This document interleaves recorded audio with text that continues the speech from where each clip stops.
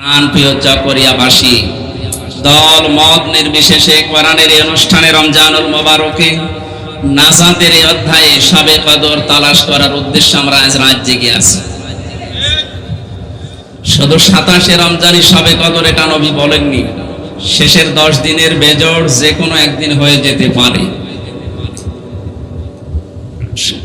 সুতরাং উদ্দেশ্য নিয়ে আমরা যেহেতু আজকে রাত জেগে আছি, আমাদের সারা রাত যেন জেগে থাকা ইবাদত হিসাবে আল্লাহ গণ্য করে নেন।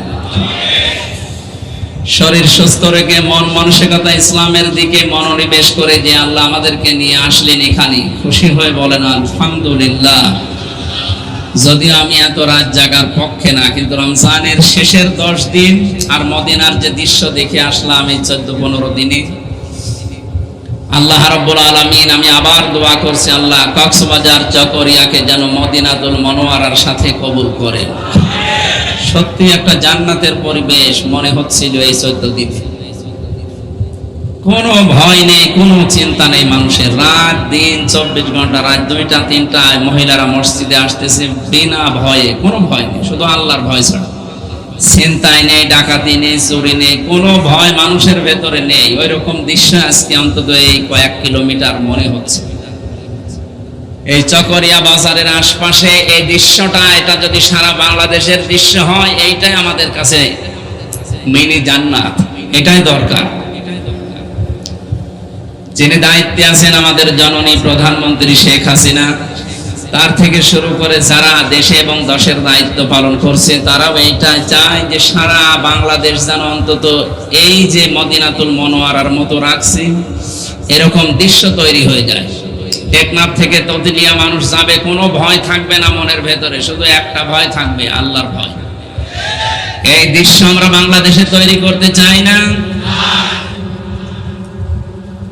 যে আল্লাহ আমাদেরকে নিয়ে এসেছেন, সত্যি করে বলেন তো আলহামদুলিল্লাহ। লাইন শাকারতুম লাযিদান্নাকুম। নিয়ামতের শুকরিয়া আদায় করো, আমি আল্লাহ বাড়িয়ে দেব। নিয়ামতের শুকরিয়া কি করে আদায় করা লাগে? তাফসিরে পড়েছি 3টা বিষয় থাকতে হবে কেউ যদি কোনো নিয়ামতের শুকরিয়া আদায় করতে চায়। এখানে আলেমরা আছে, এই জন্য বলছি। সূরা ইব্রাহিমের 7 নম্বর আয়াত এটা। আল্লাহ পাক বলেন লাইন শাকারতুম লাযিদান্নাকুম ওয়া লাইন কাফারতুম ইন্না আযাবি লাশাদীদ। লামে তাকিদ নুনে সাকিলা। খুব গুরুত্ব দিয়ে আল্লাহ এই কথাটা আমাদেরকে শোনাচ্ছেন, যদি আমার শুকরিয়া আদায় করো আমি আল্লাহ ওই নিয়ামত আরো বাড়িয়ে দেব। ফিজিলালিল কোরআনে সৈয়দ কুতুব রহমাতুল্লাহ আলাইহি তাফসিরে লিখেছেন, কেউ যদি শুকরিয়া আদায় করতে চায় 1 নম্বরে মাধ্যম তাকে বলা লাগবে মুখ দিয়ে যে হ্যাঁ এটা আমার নিয়ামত।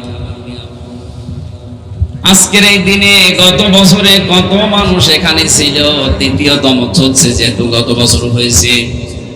আজকে ওই মানুষগুলো এখানে আর বসে নেই, ওরা সব মাটির নিচে চলে গেছে। আমরা যারা বসে আছি, আগামী বছর যদি এখানে অনুষ্ঠানটা হয় সবাই এখানে থাকবে না, অনেকে মাটির নিচে যাবে। সুতরাং যে আল্লাহ এখনো পর্যন্ত আমাদেরকে কোরআনে কারিমের মতো বিশাল নিয়ামত দিয়ে বাঁচিয়ে রেখেছেন, এটা মুখ দিয়ে বলেন যে হ্যাঁ এটা আমার জীবনের নিয়ামত। এটা নিয়ামত না?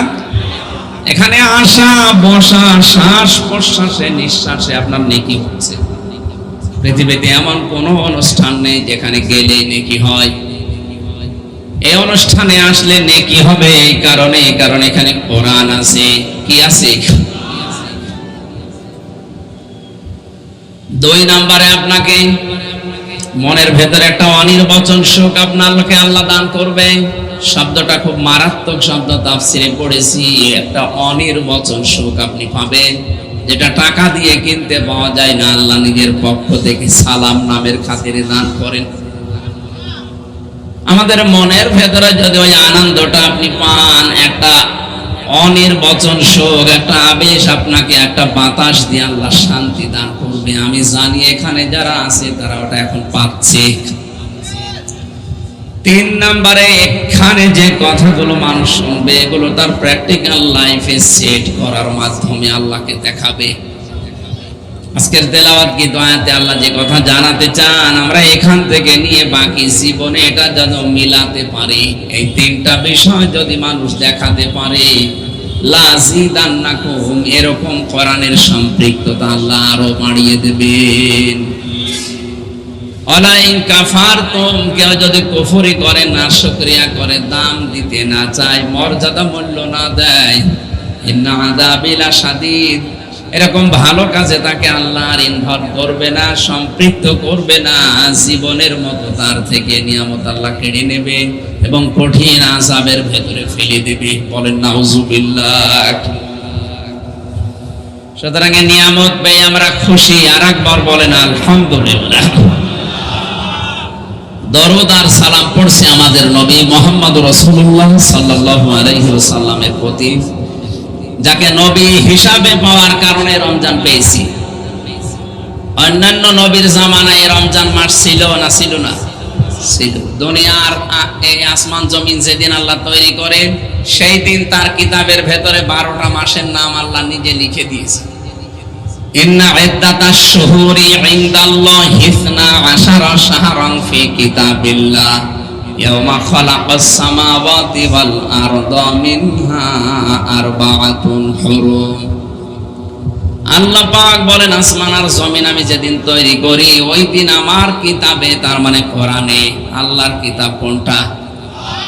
এই পৃথিবী তৈরি হওয়ার 50,000 বছর আগে আমার আল্লাহ কোরআনে কারীম তেলাওয়াত করে ফেরেশতাদের সামনে শুনিয়েছিলেন। এজন্য কিতাব বলতে একটাই, তার নাম কোরআন শরীফ। ফি কিতাবিল্লাহ, তাফসিরে পড়েছি আল্লাহর এই কোরআনে আল্লাহ 12টা মাসের নাম তিনি লিখেছিলেন, তার ভেতর রমজান এটাও ছিল। এই হাজার হাজার বছর আগে দুনিয়া থেকে চলে যাচ্ছে, এ রমজান ছিল, কিন্তু এর গুরুত্ব ছিল না। রজব মাস যেমন, শাওয়াল মাস যেমন, সফর মাস যেমন, এ রমজান ওই রকমই ছিল। বিশ্ব নবীকে আল্লাহ কোরআনে কারীম দিয়েছে, এই কারণে রমজানের দাম আল্লাহ আকাশ ছোঁয়া বাড়িয়ে দিয়েছে। রমজানে আজকে 1-1.5 ঘন্টা যদি কোরআন বোঝার জন্য আপনি ব্যয় করেন, বাকি 11 মাসে এরকম 70টা অনুষ্ঠানে গেলে যে সওয়াব পেতেন, আজকে একটাই পাওয়া যাবে। রাত এখন গভীর, সারা দিনের পরিশ্রান্ত শরীর, এই জন্য মনে হয় আপনাদের ঘুম লাগছে নাকি? আপনার জীবনের 70টা অনুষ্ঠান এরকম করলে যে সওয়াব পেতেন, নেকি পেতেন, আজকের একটা দিনে 1-1.5 ঘন্টায় আল্লাহ এটা দেবে। কারণ একটা, এখানে এমপি সাহেব আর আমির হামজা, এই কারণে। বলেন বলেন, কিসের জন্য? ইন্না আনজালনাহু ফি লাইলাতিল কদর, অবশ্যই আমি আল্লাহ কোরআনে কারীম নাযিল করেছি লাইলাতুল কদরের রাতে। এই যে শেষের 10 দিনের বেজোড় সংখ্যা যেগুলো আছে, তার ভেতরে কদর তালাশ করার জন্য নবীর আহ্বান। বিশ্ব নবীকে আল্লাহ জানিয়েছেন আপনি তালাশ করেন। নবীজি শেষের এই 10 দিনে এত বেশি ইবাদত বন্দেগী করতেন। হাদিস, আল্লাহর নবী নিজের মাজায় দড়ি লাগিয়ে, গামছা লাগিয়ে, চাদর লাগিয়ে শক্ত করে বেঁধে নিতেন, যেন রাতের বেলা সারা রাত অলসের মতো ঘুমিয়ে না কাটে। আমরা হয়তো সারা জীবন পারছি না, শেষের 10 দিনও অনেকে পারি না, অন্তত আজকের এই দিনটা আমাদের জীবনে কোরআনের জন্য যদি আজকের রাতটা কেটে যায়, তারপরও আলহামদুলিল্লাহ। কিন্তু শুকরিয়া আদায় তখন হবে যখন এখান থেকে কথা শোনার পরে আমাদের প্র্যাকটিক্যাল লাইফ এগুলো সেট করা যাবে। চকরিয়াবাসী, আমি যে কথা এখান থেকে নিয়ে এসেছি, রমজান মাস ছিল কিন্তু মর্যাদা ছিল না। যে নবীর কারণে মর্যাদা, যে নবীর উপরে কোরআনে কারীমে রমজানের সবে কদরে নাযিল হওয়ার কারণে মর্যাদা। তাহলে আসল বিষয় কোরআন কি? এই কোরআনে কারীম যদি আল্লাহ সফর মাসে দিতেন, রমজানে একটা ইবাদতে যেমন 70টা সওয়াব হয়, সফর মাসেও তাই হতো। উদাহরণ দিতে গেলে আমরা বলি যে এটা যেন বিয়েতে বরের মতো। বিয়েতে হাজারো মানুষ বরযাত্রী রেখেছে, কিন্তু বর যায়নি, মেয়ের বাবা কিছু খেতে দেবে? বলেন। আজকের এই ময়দানে কোরআনে কারীম থাকার কারণে আল্লাহ এত বেশি মর্যাদা বাড়িয়েছে। চিন্তা করেন, 70 বার সুবহানাল্লাহ বললে যা হতো এর আগের মাসে, আজকের এই দিনে একবার বললে সেই সওয়াব আপনি পেয়ে যাচ্ছেন। এখানে যাকাতের হিসাব যারা করেন রমজানে করবেন, 70 গুণ সওয়াব আপনি বেশি পেয়ে যাবেন। যদিও দেওয়াই লাগে, একটা থেকে যদি 70 গুণ হয়, লস আছে আমাদের। দুনিয়াতে নেকির কাজ, ভালো কাজ যার যত বেশি হবে, কিয়ামতের ময়দানে তার মর্যাদা আল্লাহ তত বেশি বাড়িয়ে দেবে।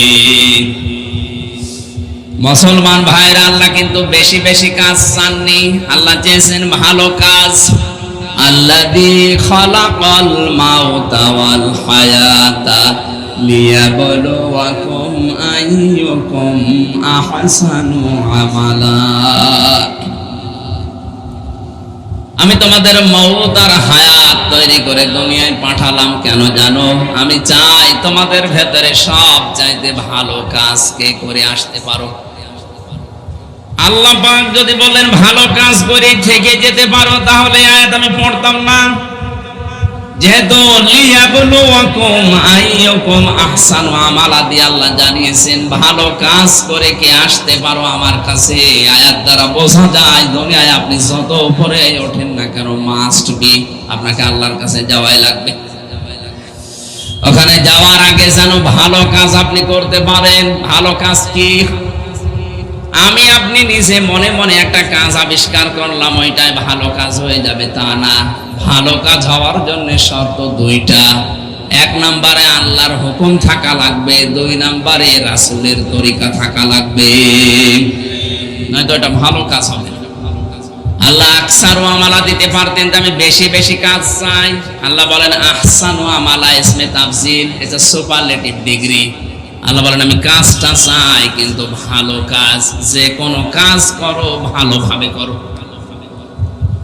এ চকরিয়া যত সুন্দর বলছিলেন এমপি সাহেব, এই কারণে যতগুলো কাজ উনি করেছেন ভালো কাজ, ভালোভাবে করেছেন, এই জন্য চকরিয়া যত শান্ত লাগছে। আপনি এই চকরিয়া না, এরকম জেলা, এরকম থানা বাংলাদেশে বহু আছে। জানতো এরকম জায়গায় রাত 2টা-3টার সময় বের হন, আপনি কেমন নিরাপদ থাকেন দেখছেন।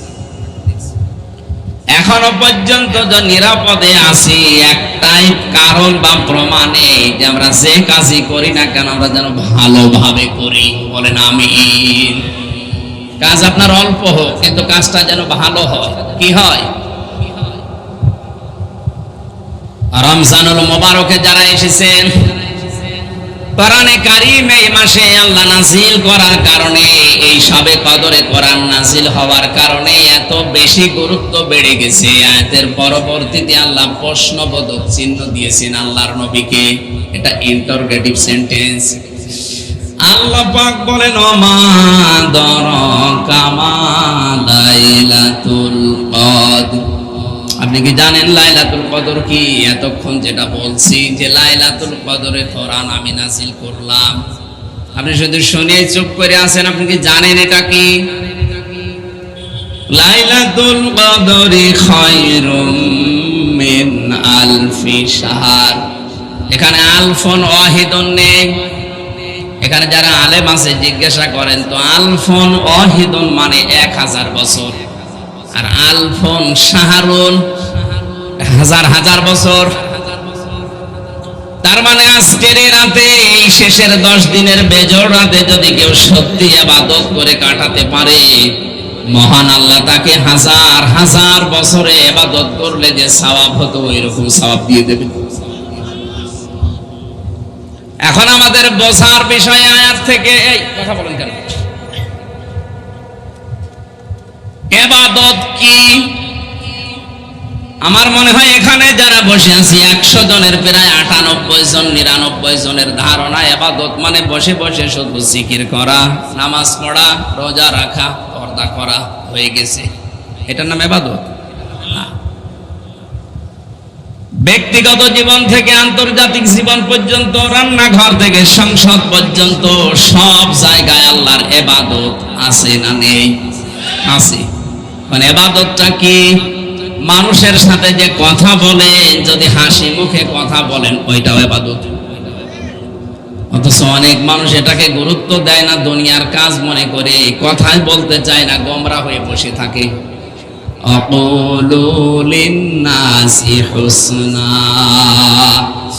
আল্লাহ পাক বলেন মানুষের সাথে হাসি মুখে কথা বলো, ভালো কথা বলো, এটাও সাদগা দেওয়ার সওয়াব হয়ে যাবে। ব্যক্তিগত জীবনের ইবাদত কি? মানুষের সাথে ভালোভাবে ব্যবহার করা, হাসি মুখে কথা বলা, এটা ইবাদত। এটা কি ইবাদত? আমাদের জীবনে অনেকের নেই। অনেকে গোমরা হয়তো থাকে দুনিয়ার কোন ছোটখাটো বিষয় নিয়ে ও মুসলমানদের সাথে মনোমালিন্য করে কথা বন্ধ করে দেয়। এটা যে রেকর্ড হচ্ছে তামাম পৃথিবীতে কালকেই ছড়িয়ে যাবে। সবাইকে উদ্দেশ্য করে বলছি, পৃথিবীর কোন ছোটখাটো জিনিস নিয়ে যেন আপনি মন খারাপ করে কোনো মুসলমানের সাথে কথা বন্ধ করে থাকবেন না। 3 দিন যদি পার হয়ে আপনার মরণ হয়ে যায়, আপনি কিন্তু বেঈমান হয়ে জাহান্নামে যাওয়া লাগবে। অথচ এখানে কত মানুষ আছে 3 দিন না, 3 বছর না, 30 বছরও ওই মুরগিতে ধান খেয়েছে, এই নিয়ে কথা বন্ধ করে দিয়েছে। এরকম মানুষ নেই দেশে? যেহেতু এটা ইবাদত, এই মুহূর্তে মনোমালিন্য মিলিয়ে ফেলেন। আল্লাহর নবী বলেন যাদের কথা বন্ধ হয়ে গেছে, প্রথম যে লোকটা সালাম দিয়ে কথা আরম্ভ করবে, এই লোকটা আমার আল্লাহর কাছে সবচাইতে বেশি প্রিয় হয়ে যাবে। আমাদের যাদের এই অভ্যাসটা খারাপ হয়ে গেছে, কিছু হলেই কথা বন্ধ করে দেয়, এখনই মনোমালিন্য মিটিয়ে ফেলবেন। যদি আগে থেকে উদ্যোগ নিয়ে কাজটা করতে পারেন, আপনি আল্লাহর কাছে প্রিয় হয়ে যাবেন। ইবাদত 2 নম্বরে আমরা বুঝি না। ব্যক্তিগত জীবনের ইবাদতের পরে মানুষের ইবাদত শুরু হয় সামাজিক জীবনে। কোন জায়গায়? পারিবারিক জীবনে ইবাদত আছে, সামাজিক জীবনে ইবাদত আছে, রাজনৈতিক জীবনে ইবাদত আছে, অর্থনৈতিক জীবনে ইবাদত আছে, সামাজিক জীবনে ইবাদত আছে, সাংস্কৃতিক জীবনে ইবাদত আছে, ধর্মীয় জীবনে ইবাদত আছে, আন্তর্জাতিক জীবনে ইবাদত আছে। সব জায়গায় আল্লাহ ইবাদত সেট করে রেখেছেন। আমরা আসলে ইবাদতই মনে করি শুধু রাতে সুবহানাল্লাহ আলহামদুলিল্লাহ 2 রাকাত নামাজ না। এসবে কদর এসেছে আপনাকে ইবাদত। আপনি যদি ইবাদত বুঝে বুঝে করতে পারেন, তাহলে 1000 বছর না, হাজার হাজার বছরের চাইতে বেশি নেকি পাবেন। আমরা হাদিস থেকে শুনি, হযরত বেশি দিন দুনিয়ায় বেঁচে ছিলেন তা না, কিন্তু তার ইবাদতটা এমন পর্যায়ে পৌঁছেছে। খুব ভালো করে শুনেন, ইবাদত সম্পর্কে যে ভুল ধারণাগুলো আছে, আজকের রাতে ইবাদত করলে হাজার হাজার বছরের চাইতে বেশি নেকি পাওয়া যায়, ইবাদতই তো বুঝি না। হযরত ওমর সম্পর্কে নবীজি বলেছিলেন, আকাশের যে তারকা দেখতে পাও, কেউ যদি গণনা আরম্ভ করে, হয়তো একদিন 1টা 2টা 3টা করে গণনা করে শেষ করে ফেলবে। কিন্তু হযরত ওমর মুসলমান হওয়ার পরে যে ইবাদত করেছে, যত নেকির কাজ করেছে, তামাম দুনিয়ার মানুষ মিলে গণনা করলে ওমরের নেকি শেষ হবে না। কি করেছিলেন তিনি ছোট জীবনে? 26 বছর বয়সে মুসলমান হলেন। মাত্র কয়েক বছর দুনিয়ায় জীবিত ছিলেন। এই কয়েক বছরে কি কাজ করলেন যে আকাশের তারকার চাইতে তার নেকির কাজ বেশি হয়ে গেল? তিনি যদি কয়েক বছর শুধু সুবহানাল্লাহ পড়তেন, এত নেকি পাওয়া সম্ভব ছিল? তার নেকি কি, তার ইবাদত কি, এইটা আমাদের জানা লাগবে। লাকাদ কানা ফি কাসাসিহিম ইবরাতুল লিউলিল আবসার মা আলবাব। তোমাদের জন্য শিক্ষণীয় বিষয় আমি সাহাবীদের জীবনের ভেতরে লুকিয়ে রেখেছি। এইজন্য সাহাবায়ে কেরাম রিদওয়ানুল্লাহি তাআলা আলাইহিম আজমাইন যেভাবে ইবাদত বুঝেছিলেন এবং করেছিলেন, আমরা যদি আমাদের এই ছোট্ট জীবনটায় ওই ইবাদত ওইভাবে করতে পারি, কসম আল্লাহর, হয়তো সাহাবীদের বরাবর সম্ভব না, কিন্তু কিয়ামতে সাহাবীদের সাথে হাসর করা সম্ভব। হযরত ওমর ইবাদত বুঝেছিলেন, এই ভালোভাবে শুনবেন। আপনি আমি ইবাদত কি বুঝি আর উনি কি বুঝেছিলেন? খলিফাতুল মুসলিমিন, আমিরুল মুমিনিন, রাতের বেলা তিনি বেশিরভাগ সময় ঘুমাতেন না, ইবাদতে কাটাতেন। ইবাদতটা কি? তার শুধু বসে বসে সুবহানাল্লাহ আলহামদুলিল্লাহ নামাজ পড়তেন নাকি? গভীর রজনীতে বের হয়ে দেখলেন একটা লোক বাড়ির ভেতরে প্রবেশ করে, মরুভূমি, আর বের হয়ে যায়, আবার প্রবেশ করে, বের হয়ে যায়। তার হাত চেপে ধরলেন, এই বেটা কে তুমি? বারবারে বাড়িতে ঢোকো আর বের হও। লোকটা বলে, আপনি কে? আমি তো এই বাড়ির মালিক। হযরত ওমর বলে, আমার ভুল হয়ে গেছে, মালিক, বারবার প্রবেশ করো, বের হও কোন কারণে? নিজের বাড়ি।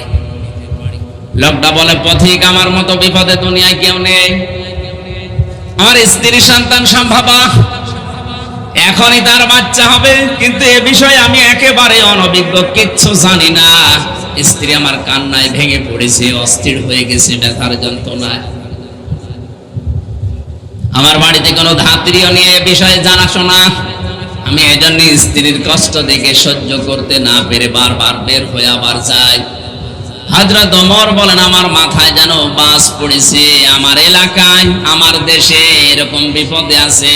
তিনি দৌড় দিয়ে বাড়িতে গেলেন, স্ত্রীকে ডাক দিয়ে বলেন, আব্দুল্লাহর মা, আল্লাহ জান্নাত বিক্রি করছে, যদি কিনতে চাও তাড়াতাড়ি আমার সাথে দৌড়াও। ও কক্সবাজারবাসী, তারা ইবাদত করেছিল এইটা, নিজের স্ত্রীকে সঙ্গে নিয়েছেন। সাধারণ মানুষ না তিনি, ওই সময় দেশের প্রেসিডেন্ট। স্ত্রীকে বললেন, কিছু ন্যাকড়া নাও, কিছু কাপড় নাও, তেল নাও, কিছু আটা নাও। এগুলো নিয়ে গেলেন, ওই লোকটার বাড়িতে প্রবেশ করালেন। ডাক দিয়ে বলে, ভাই আমার সাথে এখানে বসেন। কিছুক্ষণ পরেই ভেতর থেকে আওয়াজ এলো, খলিফাতুল মুসলিমিন, আপনার বন্ধুকে সুসংবাদ দেন, তার একটা পুত্র সন্তান হয়েছে, সন্তান সুস্থ আছে, মাও সুস্থ আছে। হযরত ওমর বলেন, আলহামদুলিল্লাহ। যার সন্তান সে বলছে নাউজুবিল্লাহ। হযরত ওমর বলে, ভাই আপনার তো ছেলে, আপনার তো খুশি হয়ে আলহামদুলিল্লাহ পড়ার কথা, আপনি নাউজুবিল্লাহ পড়েন কেন? লোকটা বলে, খলিফা, এই কথাটা শোনার পরে আমি নাউজুবিল্লাহ পড়ছি, কারণ এর আগে আমি সচক্ষে আপনাকে দেখি নাই।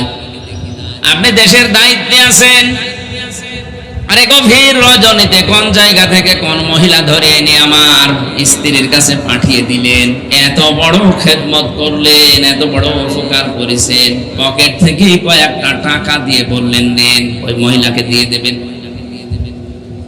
রাতের বেলা যে নার্স, যে ধাত্রী, যে সেবিকা নিয়ে এসেছিলেন, তাকে টাকাগুলো দিয়ে দিয়েন।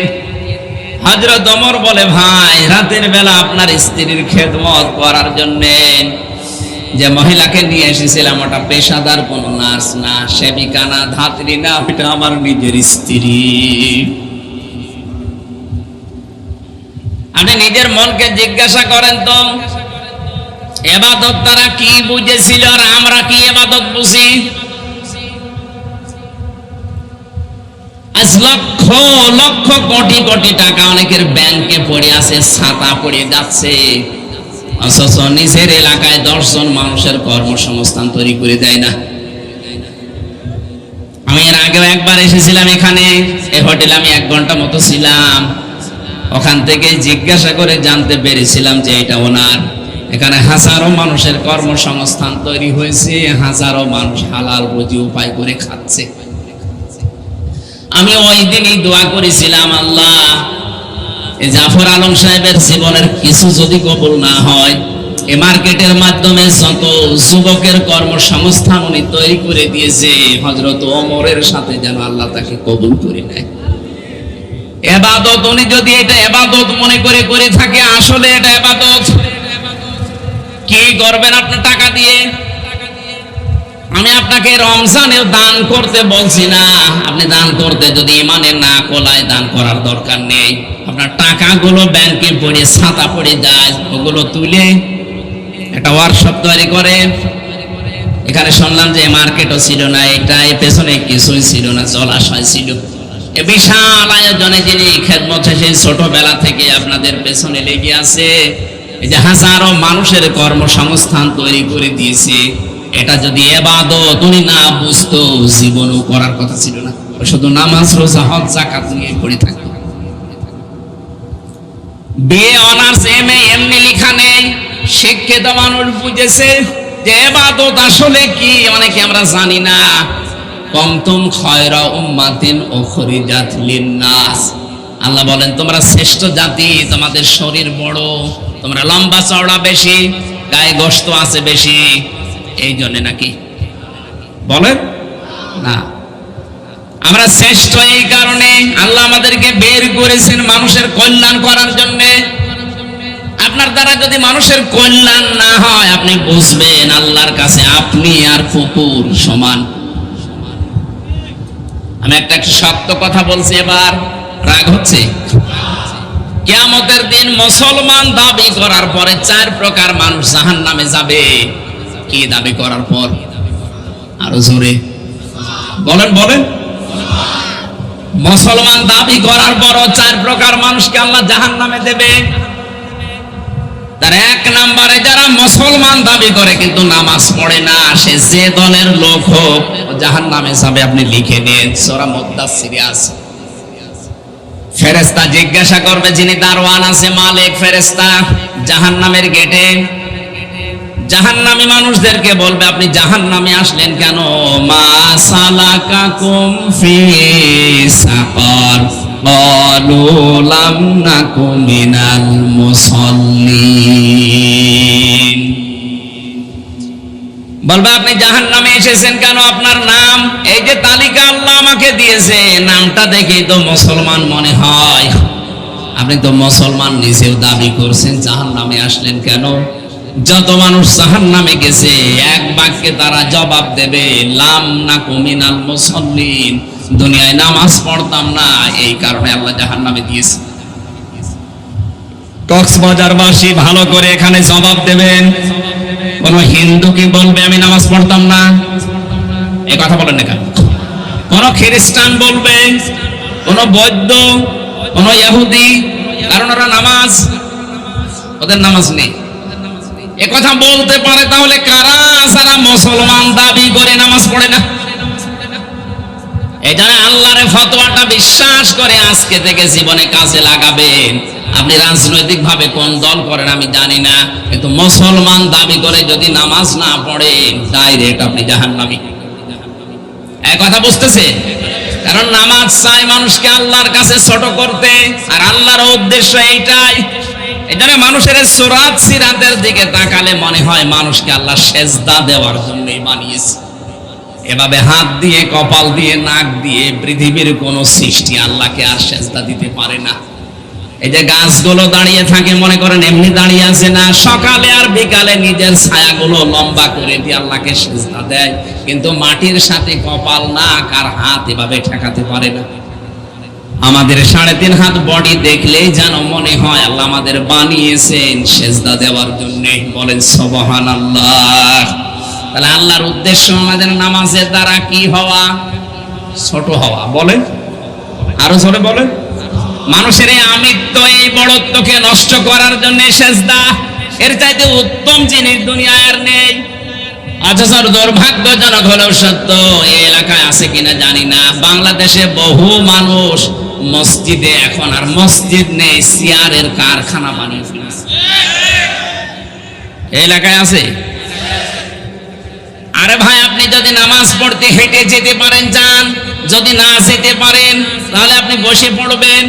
যদি বসেও পড়তে না পারেন শুয়ে শুয়ে ইশারা দিয়ে পড়বেন যে এখন রুকু করছে, সিজদা করছে, এখন এই। এটাও যদি না পারেন আপনার নামাজ মাফ। আল্লাহর সামনে দাঁড়িয়ে ভালো মানুষ আপনি চেয়ারে বসে বসে চেয়ারম্যানই করছেন। নাকি বেশি বললাম? এলাকায় মনে হয় এগুলো নেই, আপনি বুঝতেছেন। কুষ্টিয়ার বিভিন্ন মসজিদে দেখি, কুষ্টিয়ায় আমার বাড়ি, ও বড় মসজিদের প্রথম কাতারে আমার মনে হয় শুধু চেয়ারই। ভালো মানুষ বাজার করে বাড়ি নিয়ে যাচ্ছে, কোনো অসুবিধা নেই। মসজিদে গেলে ওর পায়ে মনে হয় যে কি ফোঁকা লেগেছে। আপনাকে আল্লাহ চায় যে আপনি একটু ছোট হবে, আর চেয়ারে বসে বসে আপনি দামপাটি করেন, এটা ছোট হওয়া বলে। এখন যদি বলেন আমার মাথায় ব্যথা, আমি পারি না, আরে ভাই আপনি পারেন না, আপনি বসে বসে মাটিতে বসে পড়েন। মাটিতে না পারলে আপনি শুয়ে যেভাবে ইশারায় পড়েন, না পারলে তো নামাজ মাপ। আপনাকে ওইভাবে করা লাগবে। কে ইসলাম কি এত কঠিন আপনাকে করাই লাগবে? এমনকি মসজিদে দৌড়িয়েছে জামাত ধরাও নিষেধ। এখানে আলেম যারা আছে বলেন, নবীজি বলেন সেই কয় রাকাত পাও যে পাবে ইমামের সাথে, না পারলে বাকিটা একা পড়ে নেবে। দৌড়াতে যে যদি ক্ষতিগ্রস্ত হয়ে যান, আপনারা ক্ষতি উসুল করবেন কি দিয়ে? দেখেন তো, যেখানে দৌড়িয়ে নামাজের জামাত ধরা নিষেধ, আর সেই জায়গায় হোক কি কঠিন করে ইসলাম বানিয়েছে। ওটা আরাম আছে, শান্তি আছে, এই কারণে। আর আল্লাহর কসম, আপনি যদি নামাজের ভেতরে কপালটা মাটিতে না ঠেকাতে পারেন, সেজদার উদ্দেশ্যই তো হাসিল হয় না। কারণ সেজদায় নামাজে যে সেজদাকে আল্লাহকে কুদরতি পা মনে করা লাগবে, যেটা আল্লাহর কুদরতের পা। এমন একটা অনির্বচন সুখ আপনি ওখানে পাবেন। এখানে লম্বা করে একটু সেজদা দেওয়ার চেষ্টা চালান। জেলখানায় আমি এই যে 3টা বছর কাটিয়ে আসলাম, আমার নিজের অপরাধের জন্য নাকি? কে কোথায় কি করেছে সেই দোষ আমার উপরে চাপিয়ে বিনা কারণে আপনি আটক করে রাখলেন। যাই করেছি তারা জবাব দেবে কিয়ামত। এখানে যাওয়ার পরে আমি যেটা এর আগে জানতাম না, যেটা আমি পেয়েছি সেটা সেজদার মজা। আপনি যদি রাতের বেলা, ওখানে তো কোনো কাজ কাম নেই, 24 ঘন্টা তালাবদ্ধ থাকি। এই রাত 2টায় 2:30টায় উঠে যদি একেবারে আজান পর্যন্ত 2 ঘন্টা 2.5 ঘন্টা 1-1.5 পারা কোরআন শরীফ নামাজে পড়ে 45 মিনিট 50 মিনিট যদি একটা সেজদা দিয়ে মনের কথাগুলো বাংলা ভাষায়, মাতৃভাষায় বলা যায়, এখানে একটা মাসলা বলা দরকার। এই এখানে নড়াচড়া বন্ধ করে। এই মাসলাটা জানেন কিনা আমি জানি না। নফল নামাজে আর সুন্নত নামাজে আপনি যদি নিজের মনের কথাগুলো সেজদায় গিয়ে বাংলা ভাষায়ও মাতৃভাষায়ও বলেন, অসুবিধা নেই, এটা জায়েজ আছে। যেহেতু আমাদের ভাষা আরবি না, আমরা মাতৃভাষা আরবি, আমরা বুঝি না কি বলি, এই জন্য আপনি বাংলায় দোয়া করবেন যে আল্লাহ, আমার এই অসুবিধা আছে, আমি সেজদায় পড়ে বলছি। কারণ সেজদায় গেলে আল্লাহর মাঝে আর বান্দার মাঝে কোনো পার্থক্য থাকে না, একেবারে কাছাকাছি হয়ে যায়। সাহাবী প্রশ্ন করলেন, হে নবী, বান্দা কখন আল্লাহর নিকটবর্তী হয়? বিশ্ব নবী বলেন, মানুষ যখন সেজদায় চলে যায় তখন আল্লাহ আর বান্দার মাঝে কোনো ফারাক থাকে না। তাহলে ওই জায়গায় যদি আপনি আরবিতে যে কথা বলতেও না পারেন, আপনি বাংলায় বলেন যে আমার ব্যবসার এই জিনিস সমস্যা হচ্ছে, আল্লাহ তুমি দান করো, আমার জীবনের এই অপরাধের জন্য আমার এখন আফসোস হচ্ছে, আল্লাহ তুমি এটা আমারে ক্ষমা করে দাও। যদি চোখের পানি নিয়ে, আবেগ নিয়ে কথাগুলো বলতে পারেন, একটা আলাদা সুখ আপনি পাবেন। সেজদার যে মজা, এটা আমরা আসলে অনেকে জানি না, এই জন্য সেজদা দিতে চাই না। 40-45 মিনিট 1 ঘন্টা যদি একটা সেজদায় পড়ে পড়ে আবেগ নিয়ে পেছনের অপরাধের কথা স্মরণ করে কাঁদতে পারেন, আপনি দেখবেন স্ত্রী ব্যবহার করার চাইতে বেশি আনন্দ পাচ্ছেন।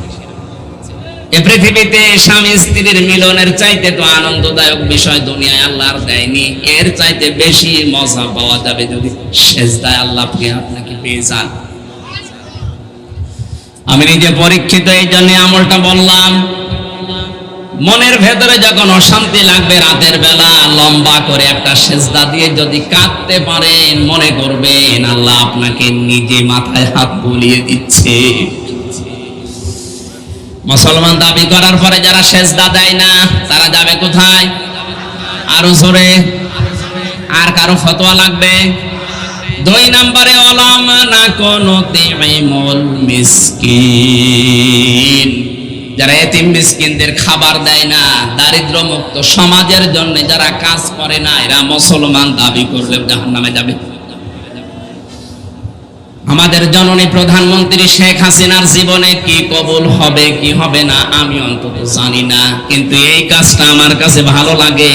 এই যে একটি খামার, একটি বাড়ি, এই প্রকল্পের মাধ্যমে হাজার হাজার লক্ষ লক্ষ মানুষের একটা মাথা গোজার ঠাঁই হয়েছে, আর একটা কর্মসংস্থান হয়েছে। এই কথা বলেন না কেন? কত লক্ষ লক্ষ মানুষ একটা ঘর পেয়েছে, অন্তত মাথাটা বুঝতে পারে। একটা খামারের মাধ্যমে নিজের একটা কর্মজীবন তৈরি করতে পেরেছে, হালাল রুজি উপায় করার একটা ব্যবস্থা করতে পেরেছে, মানুষের কাছে হাত পাতা অন্তত লাগে না। এই কাজটা যিনি উদ্যোগ নিয়ে করলেন, আল্লাহ যেন এই ওসিলায় তারে মাফ করে দেন, বলেন আমিন। 560টার উপরে মসজিদ বানিয়েছে বাংলাদেশে। আরে ভাই, মন্দির তো বানায়নি, অন্তত মন্দির বানালে সেখানে আল্লাহর সাথে শিরিক হতো। মসজিদ বানিয়েছে, কিছু না হলেও সেজদা তো দেওয়া হবে। কথা বলেন।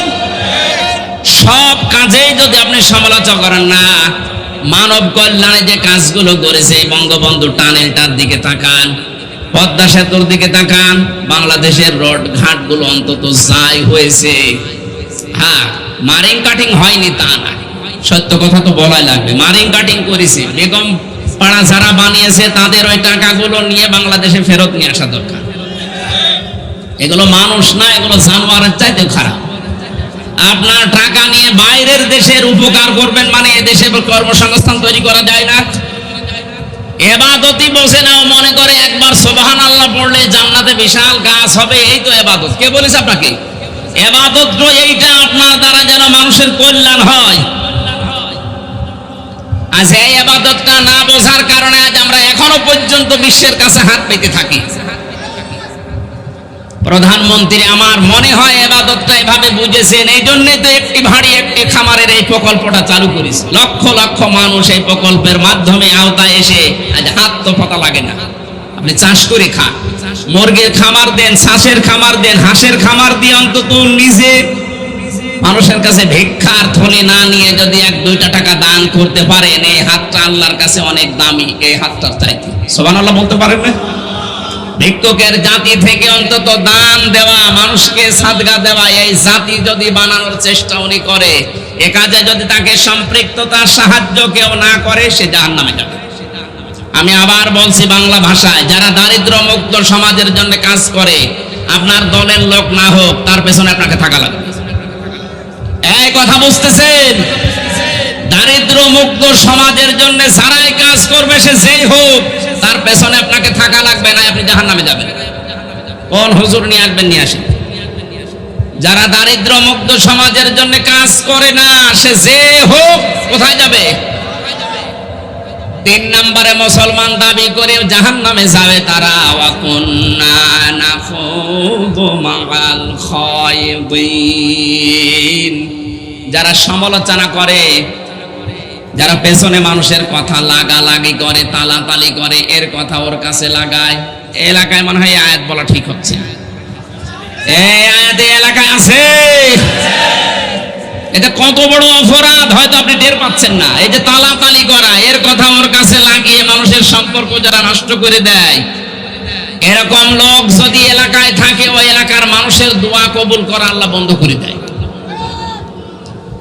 মুসা নবীর জামানায় একবার বৃষ্টি বন্ধ হয়ে গিয়েছিল। চাটিয়াল ময়দানে উম্মতদেরকে নিয়ে তিনি দোয়া করলেন, আল্লাহ তুমি বৃষ্টি নাজিল করো। আল্লাহ বলেন না, বৃষ্টি হবে না। মুসা নবীর মতো এত বড় পাওয়ারফুল নবী উম্মতদেরকে নিয়ে 3 বার মোনাজাত করে আল্লাহ হাত ফেরত দিয়ে দিলেন। তিনি রাগী নবী ছিলেন, রেগে গেছেন। ডাক দিয়ে বলে, মালিক এগুলো নয়, আমার উম্মত, আমার মায়া লাগছে। তোমার তো বান্দা, তোমার মায়া লাগে না? আল্লাহ বলেন, মায়া লাগে, কিন্তু বৃষ্টি দেব না। না, বৃষ্টি দেওয়াই লাগবে। আল্লাহ পাক এবার জবাব দিয়েছেন, মুসা বৃষ্টি দিতে পারি আমি এখনই, কিন্তু তুমি যাদেরকে নিয়ে দোয়া করছিলে, ওর ভেতরে নামিমা, তালাতালি করা একজন লোক আছে। ওই লোকটা যতক্ষণ বের হয়ে না যাবে, তুমি নবী মুসা দোয়া করলেও দোয়া কবুল হবে না, ফেরত যাবে। হযরতে মুসা বলে, রব্বুল আলামিন তুমি শুধু ওই লোকটার নাম বলো, দেখো কি করি। আল্লাহ পাক বলেন, না, আমি নিজেই নাম ধরে গীবত করতে নিষেধ করি, আর আজকে এখন আমি নাম বলবা, তুমি অপমান করবা, হবে না। মুসা নবী বলে, আল্লাহ আমি তো মানুষের মনের খবর জানি না, তুমি যদি নাম না বলো আমি কি করে তাকে বের করব? আল্লাহ বলেন, তওবা করো।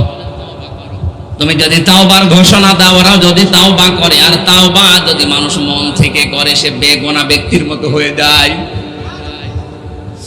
আজকে রমজানুল মুবারকের এই শেষের 10 দিনের এই গুরুত্বপূর্ণ সময়ে, সেহরির এই অনুষ্ঠানে আমরা যদি আজকে তাওবা করে ফেলতে পারি, জীবনের অপরাধগুলো আল্লাহ মাফ করে জায়গাটা নেকি দিয়ে ভরাট করে দেবেন।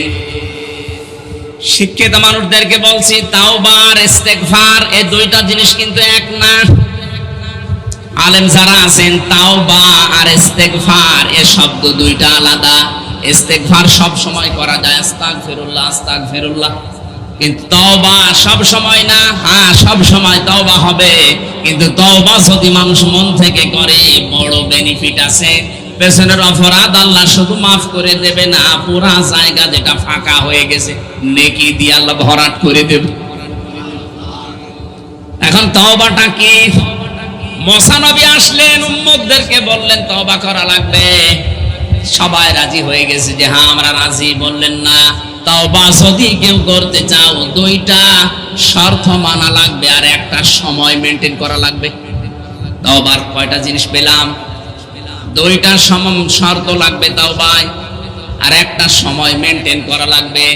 কোরআনে কারিমে আল্লাহ আয়াতটা দিয়েছেন, ওয়ানিবু ইলা রাব্বিকুম ওয়াসলিমু লাহু মিন ক্বাবলি আইয়াতিয়াকুমুল আযাবু সুম্মা লা তুনসারুন।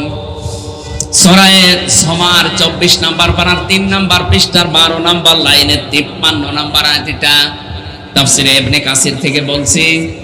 আল্লাহ পাক বলেন, কেউ যদি আমি আল্লাহর দিকে ফিরে আসতে চাই একেবারে ফিরে আসা লাগবে। 2 নম্বরে আমার আল্লাহর বিধান যেখানে যেটাও জীবনে পাবে দুনিয়ার দিকে না তাকিয়ে নিঃস্বার্থভাবে মাথা নত করে দেবে। শর্ত পেলাম কয়টা? আরো জোরে।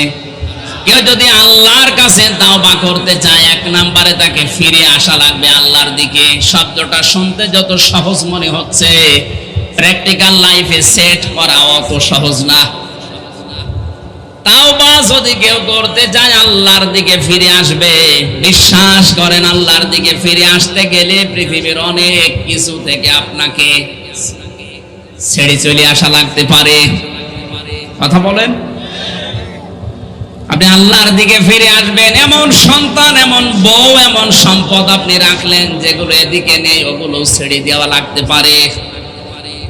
আল্লাহর বিধান এখন যেখানে যেটা পাবেন মরণের আগ দিন পর্যন্ত পুরাটা আপনি মাথা নত করে আত্মসমর্পণ সারেন্ডার করে ফেলবেন। এই দুইটা শব্দ শুনতে যত সহজ মনে হচ্ছে, মেনে নেওয়া অত সহজ। বলেন বলেন, এই পৃথিবীর সবচাইতে বড় ভারী শব্দ।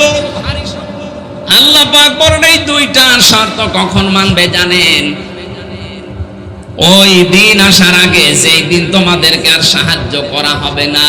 কক্সবাজারবাসী সবাই জানি আমাদের সাহায্য করা হবে না মরণের সময়। কখন? বলেন বলেন। আর মরণ তো আসবে 100 বছর পর। কখন?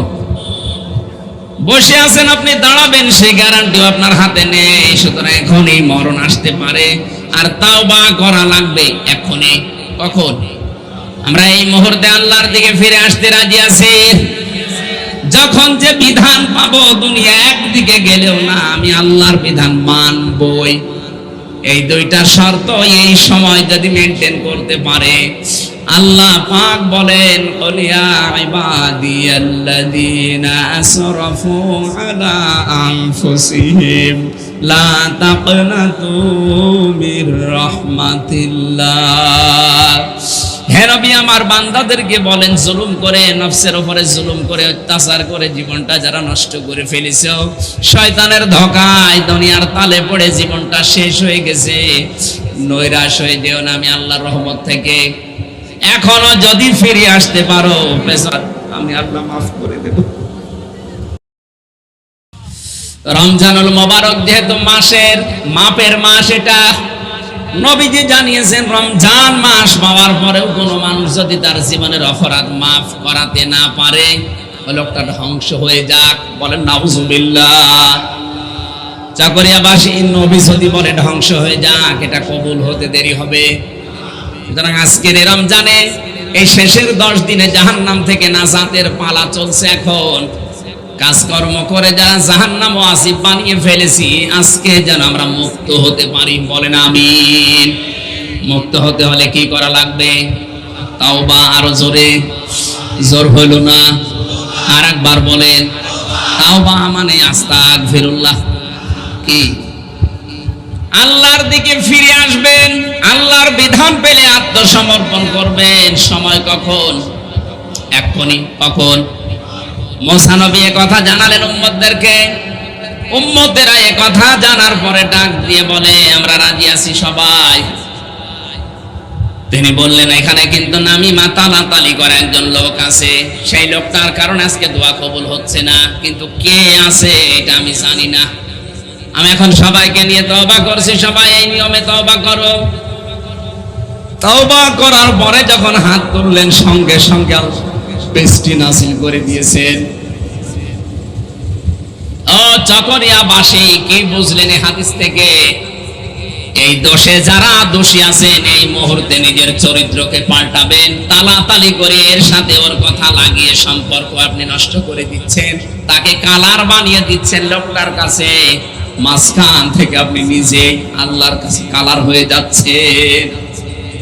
ওই লোকটা হয়তো একদিন, 2 দিন, 5 দিনে তার এই চরিত্রকে সংশোধন করে মানুষের কাছে প্রকাশ করে, প্রচার করে, ক্ষমা চেয়ে সে ভালো হয়ে যেতে পারে। কিন্তু আপনি তার জীবনে কালিমা দিয়ে দিলেন, নষ্ট করে দিলেন তার জীবনটাকে কালিমা দিয়ে, উল্টা পাল্টা কথা তার নামে লাগিয়ে আপনাকে মাপ পাওয়ার জন্য আপনার রাস্তা কই? আমি আর একটা কঠিন কথা বলছি, সূরা নিসা 5 নাম্বার পারা 15 নম্বর পৃষ্ঠা 12 নাম্বার লাইনের 112 নাম্বার আয়াত। এটা ওয়ানি ওমাইয়াকসিবে খতিয়াতান আও ইসমান সুম্মা ইয়ারমি বিহি বারিআন ফাকাদ ইহতামালা বুহতানা ওয়া ইসমান মুবিনা। তোমাদের ভেতর অনেক মানুষ এমন আছে, নিজে অন্যায় করে আর এই অন্যায়টা একটা ভালো মানুষের উপরে চাপিয়ে তাকে কালার করে দেয়, নিজে ভালো সাজে। এ দোষ বাংলাদেশে নেই? আরো জোরে বলেন। কত মানুষের নামে আপনি মিথ্যা মামলা দিয়ে তার জীবনটা নষ্ট করে দিলেন, অথচ ওই লোকটা ওই সম্পর্কে কিছুই জানে না। নাকি এটা দেশে এখনো শুরু হয়নি? যারা এই জুলুমে আছেন তারা থামেন। আজ হাজারো মামলার আয়ু ছাড়া এরা যে কি জবাব দেবে আল্লাহর কাছে আমার তো বুঝে আসে না। যে বানিয়ে বানিয়ে একজনের নামে আপনি চার্জশিট তৈরি করে দিলেন, অথচ ওই কাজগুলো ওই লোকটা করে নাই। আপনার কারণে যদি ওই লোকটা বছরের পর বছরে জেলখানায় থেকে জীবন নষ্ট হয়, কিয়ামত পর্যন্ত আপনি সেজদা দিলেও আপনার সেজদা কবুল হবে না। এটা আমি বানালাম নাকি?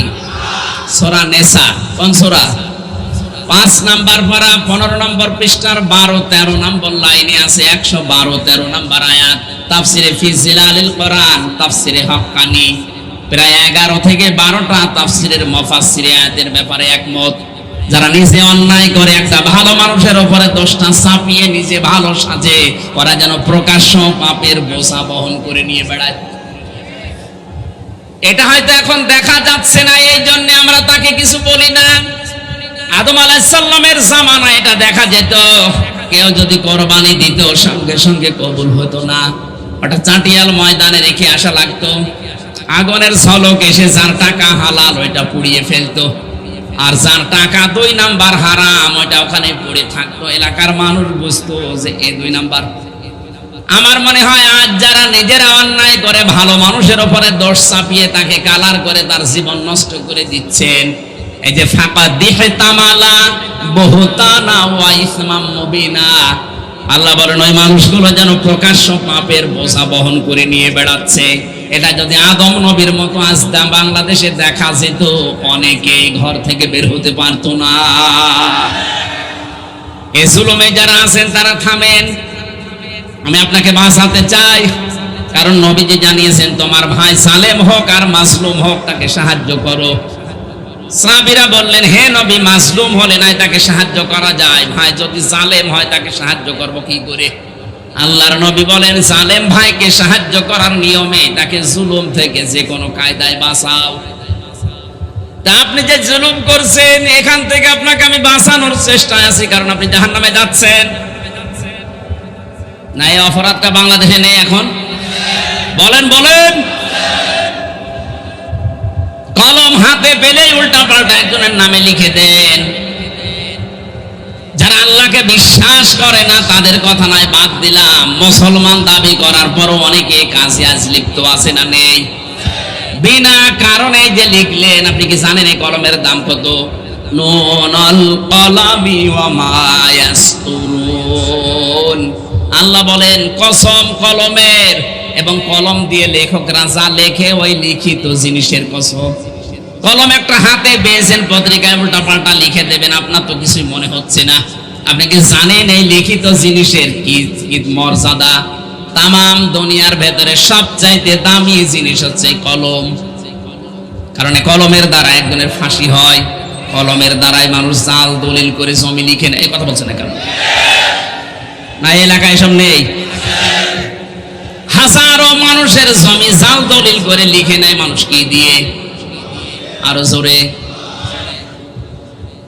শরিক ফাঁকি দেওয়া মানুষ যদি এখানে থাকেন একটু হাত তোলেন তো। একজন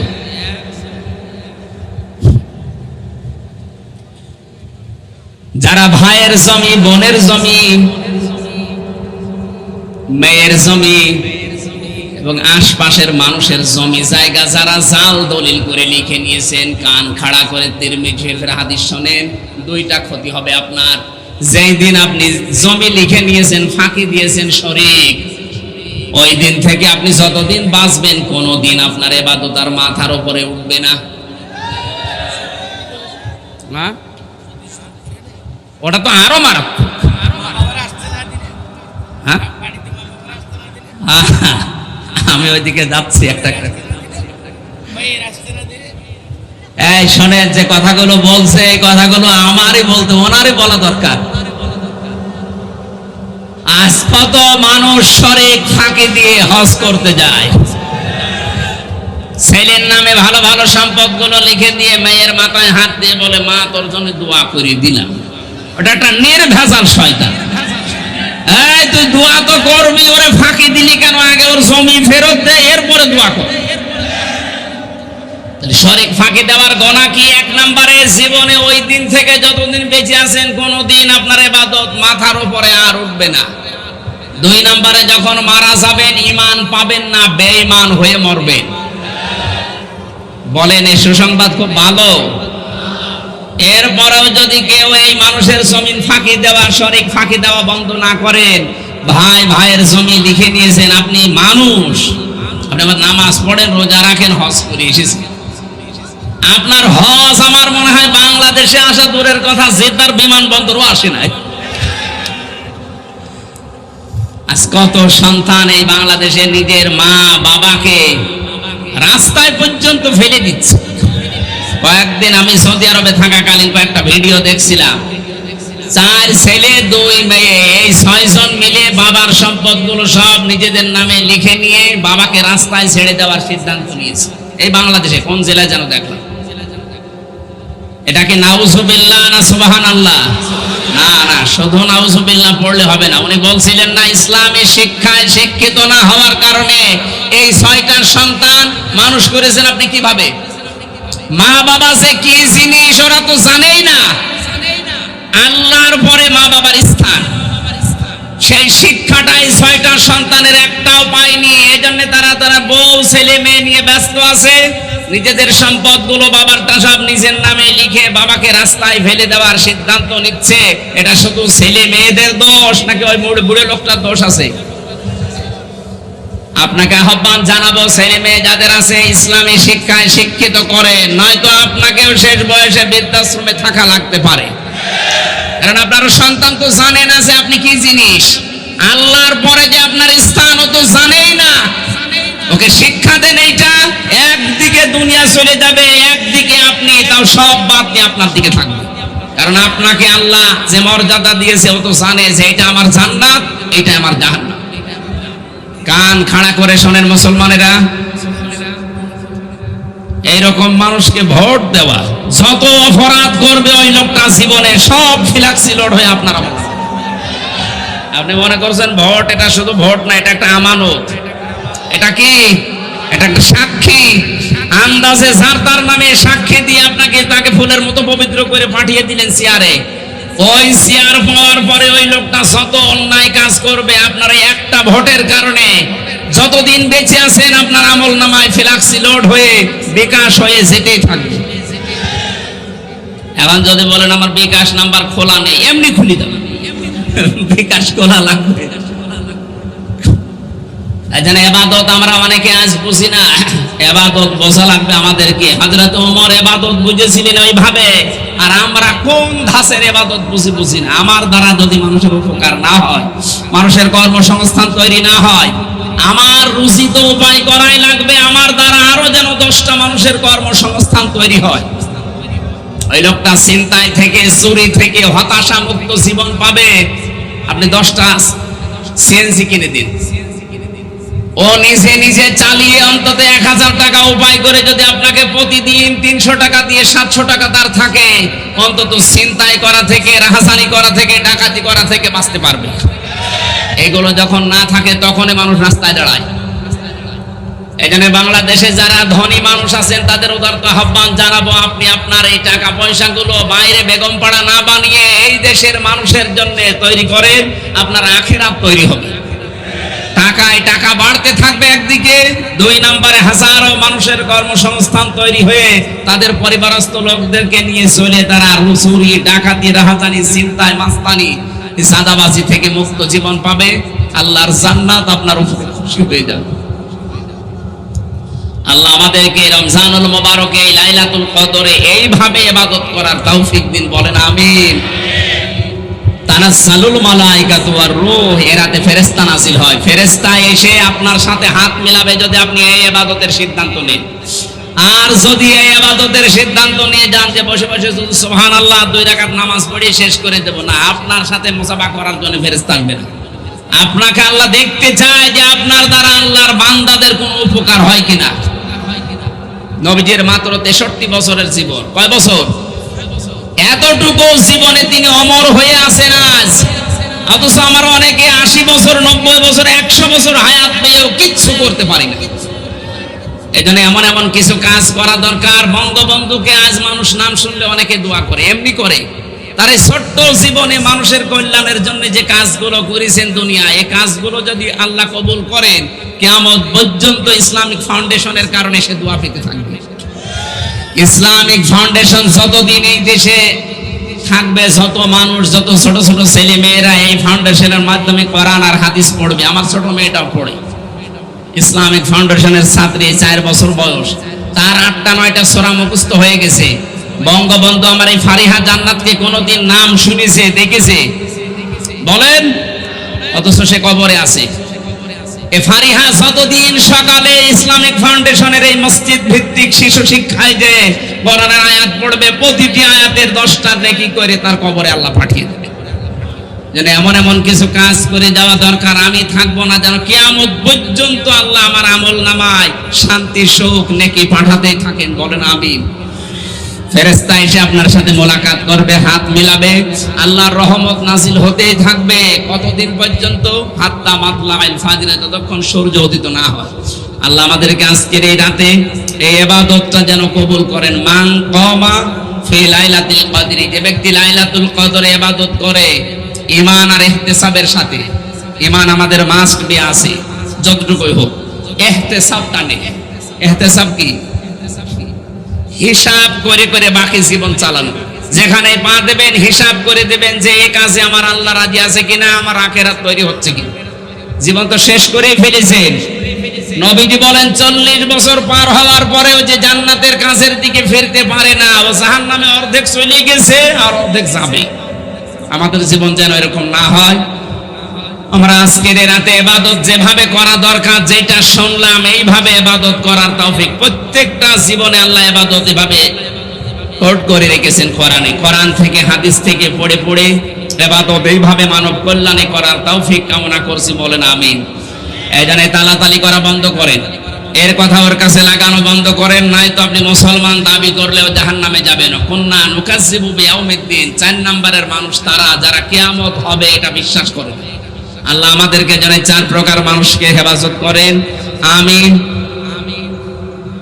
গফির লাহু মা তাকদ্দামা মিন যামবিহি আছে। আজকের ইবাদত যদি সত্যি কবুল হয়ে যায় আর এই মন মানসিকতা নিয়ে যদি বাকি জীবনটা আমরা চালাতে পারি যে আমার দ্বারা মানুষের জন্য উপকার হয়, ক্ষতি না হয়, তাহলে আপনার পেছনের যত অপরাধী ছিল আল্লাহ আজকের রাতের ওসিলায় সব মাফ করে দিলেন। এই হাদিস আমরা 100% বিশ্বাস করি তো? বলেন বলেন। বারাকাল্লাহু লানা ওয়া লাকুম ফিল কোরআনিল আযীম। আল্লাহুম্মা আমিন। মোনাজাত হবে, সবাই বসেন, মাথা নিচু করেন, চক্ষু বন্ধ করেন, জীবনের অপরাধগুলো স্মরণ করেন। রব্বানা যালামনা আনফুসানা ওয়া ইল্লাম তাগফির লানা ওয়া তারহামনা লানাকুনান্না মিনাল খাসিরিন। রব্বুল আলামিন রমজানুল মুবারকের শেষের 10 দিনের একটা দিন, গুরুত্বপূর্ণ একটা সময়ে, তাহাজ্জুদের সময় চলছে, সেহরি খাওয়ার সময় চলছে। হাজার হাজার বান্দা বান্দি আমরা পবিত্রের এই রজনীতে গুনার বোঝা মাথায় নিয়ে জীবনের অপরাধগুলো স্মরণ করে আমরা হাত তুলেছি। আল্লাহ তাআলা জীবনের অপরাধের দিকে তাকালে হয়তো তোমার মাফ করতে ইচ্ছে করবে না। আমাদের অপরাধের দিকে তুমি তাকিও না, তোমার রহমতের দিকে তাকাও, জিন্দেগীর গুনাহগুলো মাফ করে দাও। যত গুনাহ করিয়াছি গোপনে মাফ করে দাও আল্লাহ তুমি নিষ্গুণে। তুমি যদি মাফ না করো বান্দাকে, বলো তোমার বান্দা যাবে কার কাছে? আদর করিয়া মানুষ আল্লাহ বানাইয়া কেমনে দিবা জাহান্নামে ফেলিয়া। রব্বুল আলামিন কক্সবাজার চকরিয়া এই চলন্ত পথের পাশে দাঁড়িয়ে আমরা বসে আমরা সারা রাত জেগে জেগে তোমার কোরআনে কারীম চাতক পাখির মতো শুনছিলাম। আমার তো মনে হচ্ছে সারা রাত যদি তোমার কোরআনে এখানে বসাতাম কেউ বাড়ি যেত না। আজ 2-3 দিন আমি ঘুমাতে পারিনি, অসুস্থ শরীর নিয়ে বিশাল পথ জার্নি করে তোমার নবীর রওজা জিয়ারত করে সরাসরি এখানে চলে এসেছি। অসুস্থ শরীরে যতটুকু কথা বলেছি এদেরকে তুমি ওমরের মতো শোনার মানার তৌফিক দাও। যে যুবকগুলো এই মাহফিলের আয়োজন করতে গিয়ে শ্রম দিল আল্লাহ, এখানে আসার পরে যে যুবকদের অ্যাক্টিভিটিস দেখে আমার মনটা ভরে গেছে, যুবকদেরকে তুমি ওমরের মতো বানিয়ে দাও। আমার তো মনে হচ্ছে বিশ্ব নবী যদি এখন বেঁচে থাকতেন এই যুবকরা জীবন দিয়ে হলেও তাকে পাহারা দিত। এইরকম মন মানসিকতা যে যুবকদেরকে তুমি দিয়েছো, এদেরকে যেই মা পেটে নিয়েছে মায়ের পেট তুমি খাদিজার মতো বানিয়ে দাও। এ মাহফিলে সব যদি দয়া করে দিয়ে থাকো, মদিনার সবুজ গম্বুজের নিচে যিনি আমাদের সুপারিশ করে জান্নাতে নিয়ে যাবে ওই নবীর রওজায় পৌঁছিয়ে দাও। হযরতে আদম থেকে পর্যন্ত যত মানুষ কবরে আছে আল্লাহ তুমি মাফ করে দাও। এই মাহফিলের সম্মানিত সভাপতি 2 জন, তাদেরকে কবুল করো। প্রধান অতিথি আমাদের মাননীয় সংসদ সদস্য জনাব জাফর আলম বিএ অনার্স, তোমার এই গোলামের জীবনের যত ভালো কাজ আল্লাহ কবুল করে নাও। অন্যায় যে কাজগুলো আল্লাহ নিজ গুণে তুমি তাকে ক্ষমা করে দাও। তার মা বাবাকে তুমি জান্নাত দাও। ছেলে মেয়ে স্ত্রী পুত্র যেগুলো দিয়েছো এগুলো তুমি সহি সালামতে হেদায়েতের উপরে রাখো। যত বিশেষ অতিথির নাম এখানে দেখতে পেয়েছি আল্লাহ, কোরআনে কারীমের অনুষ্ঠানে যারা দাওয়াত পেয়েছে, যারা এসেছে, এই মানুষগুলোকেও তুমি আবু বকরের মতো কবুল করে নাও। সম্মানিত মা বোনদেরকে মঞ্জুর করো, তাদের পেটে ভালো ভালো সন্তান আল্লাহওয়ালা নেককার সন্তান দান করো। এই চকরিয়া পেকুয়ার মাটির নিচে যত মানুষ ঘুমিয়ে আছে আল্লাহ কোরআনের ইজ্জতে কবরগুলো জান্নাত বানিয়ে দাও। নবীর মুখে শুনেছি রমজানে কবরের আযাব মাফ থাকে, রমজানের পরে চকরিয়া পেকুয়া রামো কক্সবাজার সহ সারা বাংলাদেশে সারা পৃথিবীতে ঈমান নিয়ে যারা মাটির নিচে আছে কিয়ামত পর্যন্ত এদেরকে ক্ষমা করে দাও। আমাদের শরীরটা সুস্থ রাখো, তোমার ইবাদতের জন্য আমাদেরকে কিছুদিন বাঁচিয়ে রাখো। কখন কার মরণ চলে আসে জানি না, মরণের সময় যেন ঈমান নসিব হয় সেই তৌফিক দিও। আমাদের জননী শেখ হাসিনা থেকে শুরু করে যারা দেশ এবং দেশের দায়িত্ব পালন করছে আল্লাহ তুমি সততার সাথে পালন করার তৌফিক দাও। বাইরের দেশের যে সকলের চোখগুলো আমাদের দেশের উপরে পড়েছে, আল্লাহ তাআলা এই ষড়যন্ত্র থেকে বাংলাদেশকে তুমি বাঁচাও। অনেকেই আমাদের দেশটা নিয়ে রাজনীতি করতে চায়, খেলা করতে চায়, কোথায় সে আমেরিকা, কোথায় সে রাশিয়া, চীন। আল্লাহ তাআলা এরা আমাদেরকে গেঁড়া কলে ফেরে আমাদের ব্যবহার করতে চায়। তুমি ইমানের উপরে, আমলের উপরে টিকে থেকে ষড়যন্ত্র মোকাবেলা করার তৌফিক দাও। ফিলিস্তিনের মুসলমানদেরকে তুমি বাঁচাও, কেউ নেই তাদের, আল্লাহ তুমি হামে ওয়া নাসির হয়ে যাও। তামাম দুনিয়ার জালেম যারা, এই জালেমদের হাত থেকে তুমি মুসলমানদেরকে রক্ষা করো। এই চকরিয়া থানার ওসি, টিএনও সহ যত পুলিশ সদস্য ভাইরা দায়িত্ব পালন করছে, নিজেদের মা বাবা আত্মীয় স্বজন ছেড়ে দিয়ে যারা দেশ এবং দশের দায়িত্ব পালন করে, আল্লাহ তুমি এদের উপরে তোমার খাস রহমত নাজিল করো। আগামীতে এই অনুষ্ঠানটা কোরআনের জন্য আরো বিশাল আকারে কবুল করে নাও। বারাকাল্লাহু লানা ওয়া লাকুম ফিল কোরআনিল আযীম। যখনই মরণ আসবে যেন একবার হলেও পড়তে পারি লা ইলাহা ইল্লাল্লাহু মুহাম্মাদুর রাসূলুল্লাহ।